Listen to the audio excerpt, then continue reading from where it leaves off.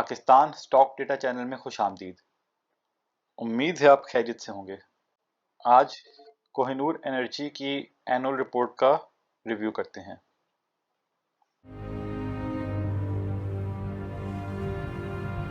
अरे वो शख्स तो अपना पर्स यहीं भूल गया।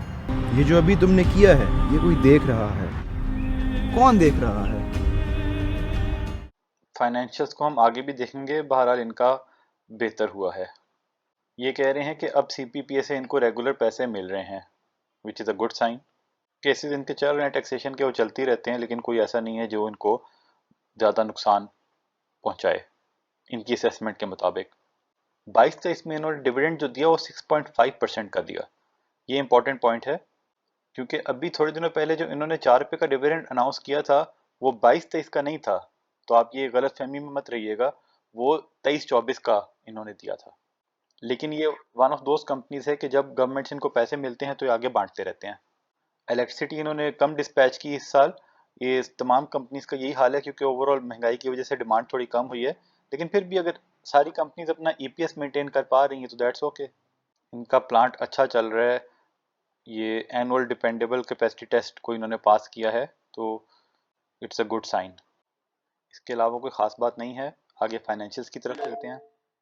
अगर इनका फाइनेंशियल डेटा देखें तो ये, अगर इतने सालों का देखें तो रेवेन्यू कभी थोड़ा कम होता है, कभी ज़्यादा। अब ज़्यादा ही हो रहा है, आहिस्ता आहिस्ता ज़्यादा हो रहा है। ग्रॉस प्रॉफिट भी इनका थोड़ा बेहतर जा रहा है, पहले से बेहतर जा रहा है। नेट प्रॉफिट भी बेहतर जा रहा है।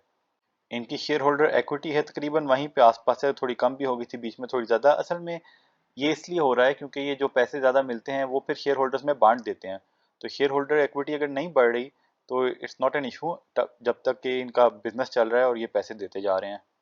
अर्निंग पर शेयर इनकी बेहतर चल रही है पिछले 3 सालों में। और अगर डिविडेंड पर शेयर देखें तो इस साल कम हुआ है, लेकिन पिछले साल एक्स्ट्रा दिया था। पिछले 2 सालों में बल्कि इन्होंने एक्स्ट्रा दिया था।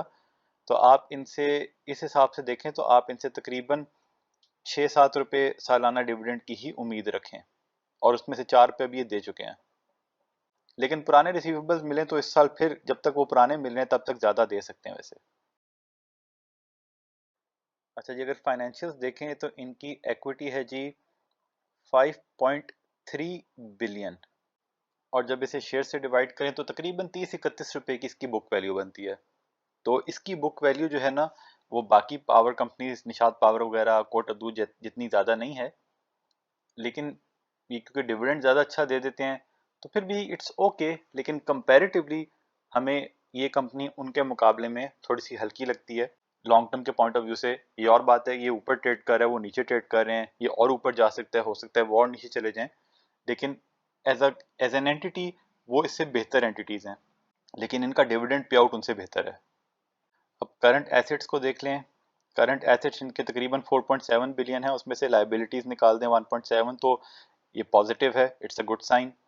जो इनके ट्रेड डेट रिसीवेबल्स हैं वो 2.3 बिलियन के, तो उसकी रिसीवेबल वैल्यू बनती है तकरीबन 13.6।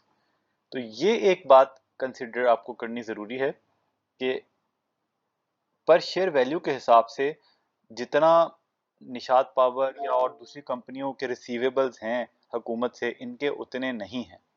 और यही एक वजह भी है कि इसकी बुक वैल्यू भी उस हिसाब से कम है। लेकिन बुरी नहीं है, लेकिन फिर भी कंपैरेटिवली उनसे हल्की है company in terms of ability to pay more dividends in future.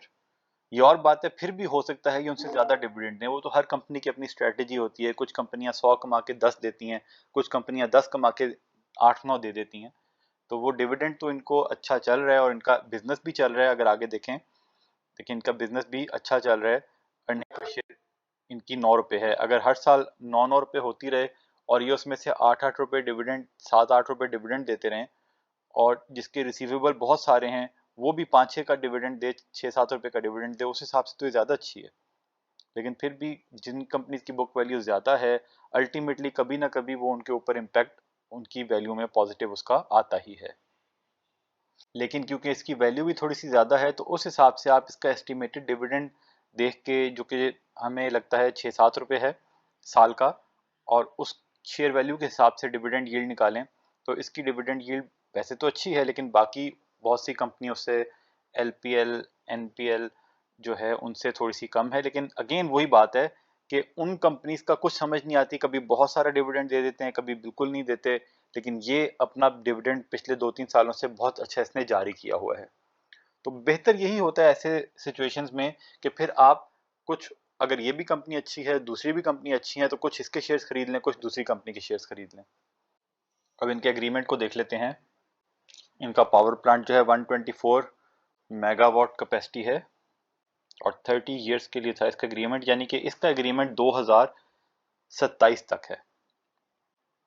वहीं निशात पावर का 2035 तक है। तो ये चीज़ें भी इम्पोर्टेंट होती हैं, क्योंकि 2027 के बाद अगर इसका एग्रीमेंट रिन्यू ना हुआ तो फिर इसकी वैल्यू, इसकी बुक वैल्यू जितनी ही रह जाएगी। ये पॉइंट टू बी नोटेड है। फ्री फ्लोट इसका 40% है और इसमें जो ज़्यादा होल्डिंग है वो किसी इंस्टीट्यूशंस के पास नहीं है। जो नॉन फ्री फ्लोट है वो भी कुछ लोग हैं जिनकी ये कंपनी होगी प्रॉबेबली, कोई सैगल फैमिली है, उनकी ज़्यादा होल्डिंग है इसमें, लेकिन इसमें पब्लिक के पास भी काफ़ी शेयर्स हैं। ये है जी, डायरेक्टर्स और एसोसिएटेड कंपनीज के पास 100 मिलियन से ज़्यादा है और जनरल पब्लिक के पास बेसिकली 48 मिलियन है, यानी कि फ्री फ्लोट का 67 में से 48 जनरल पब्लिक के पास है। तो ये था जी इसका एनुअल रिपोर्ट का रिव्यू।